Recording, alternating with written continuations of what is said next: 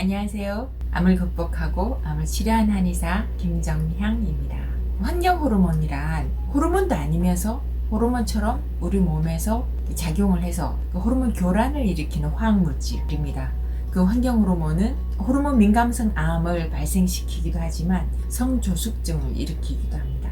성조숙증이란 남자의 그 생식기 그 고추를 작게 만들고 또 정자수를 절반으로 줄이고 그리고 9살 여자아이가 월경을 한다거나 그래서 결과적으로 그 성장판을 빨리 닫히게 해서 키가 덜 자라게 만드는 그런 증상을 말을 합니다. 그래서 어린이들이 있는 가정도 좀 더 주의 깊고 관심을 가지고 환경 호르몬을 예방하는 관심을 가지는 게 좋겠습니다. 호르몬 민감성 암이란 유방암, 전립선암, 갑상선암, 자궁내방암 이런 암을 말을 합니다. 오늘은 일상 환경 속에서 환경 호르몬을 예방하는 방법을 이제 살펴보면서 이런 호르몬 민감성 암이나 성조숙증을 예방하고자 합니다. 일상생활 속에서 환경 호르몬을 줄이는 방법, 그 첫 번째는 치약을 쓰지 않는 것입니다. 트리클로산이라는 성분은 그 세균을 줄이는 항생 물질로서 이제 환경 호르몬입니다. 치약, 비누, 화장품 등에 들어있습니다. 그래서 저는 치약을 쓰지 않습니다.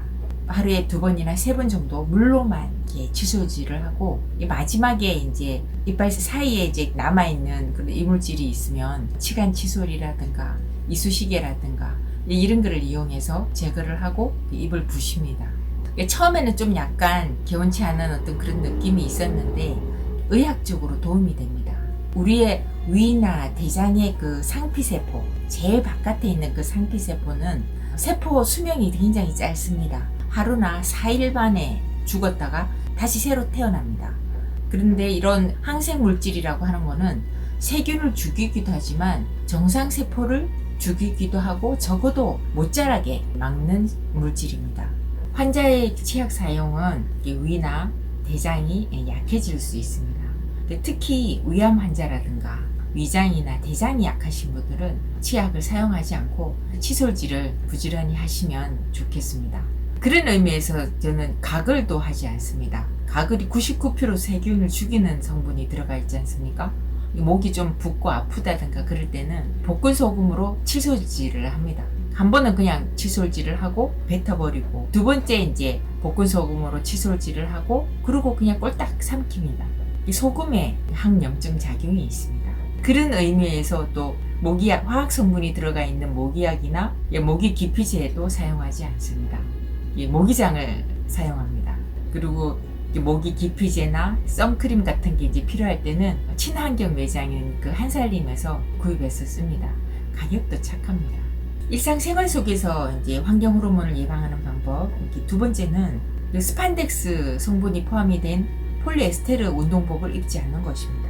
운동은 매일 해야 되는 것이지만 최근 유명 브랜드 운동복에서 이 환경 호르몬 비스페놀 A 성분이 다량 40배에서 22배가 검출이 되었습니다. 작년 이제 2022년 10월에 연구 조사 결과에 나이키, 아디다스 이런 그 대기업의 그 레깅스나 반바지에 환경 호르몬 성분이 40배가 검출이 되었고 또 뭐 아식스라든가 노스페이스, 필라 이런 거에 스포츠 브라 그게 환경 호르몬이 22배가 더 많이 검출이 된 조사가 발표가 되었습니다. 그런데 이제 그 모든 것이 스판덱스가 포함이 된 폴리에스테르 운동복이었습니다. 그러니까 앞으로는 스판덱스가 포함이 된 폴리에스테르 재질의 운동복은 구입하지 않는 것이 좋겠고 이미 구입한 거라고 하면은 운동을 하고 나서는 바로 다른 옷으로 갈아입는 게 좋겠습니다. 그리고 맨손으로는 영수증을 만지지 않습니다. 특히 그 영수증 표면 인쇄 부분이 비스페놀 A 성분이라고 합니다. 영수증을 손으로 직접 잉크 표면 부분을 만지지 마시기 바랍니다. 그리고 이제 중요한 것은 플라스틱 제품을 가급적이면 사용하지 않는 것입니다. 이 플라스틱 그 제품이 비스페놀 A 성분으로 대표적인 환경 호르몬 제품입니다. 그래서 음식을 담는 용기는 유리라든가 도자기라든가 스텐이라든가 이런 용기를 사용하는 것이 좋겠고 특히 이제 BPA 같은 어떤 비스페놀 A 성분이 뜨거운 열에 잘 녹아 나오기 때문에 뜨거운 음식을 담는 어떤 그런 그릇은 특히나 도자기나 스텐 용기를 사용하는 것이 좋겠습니다.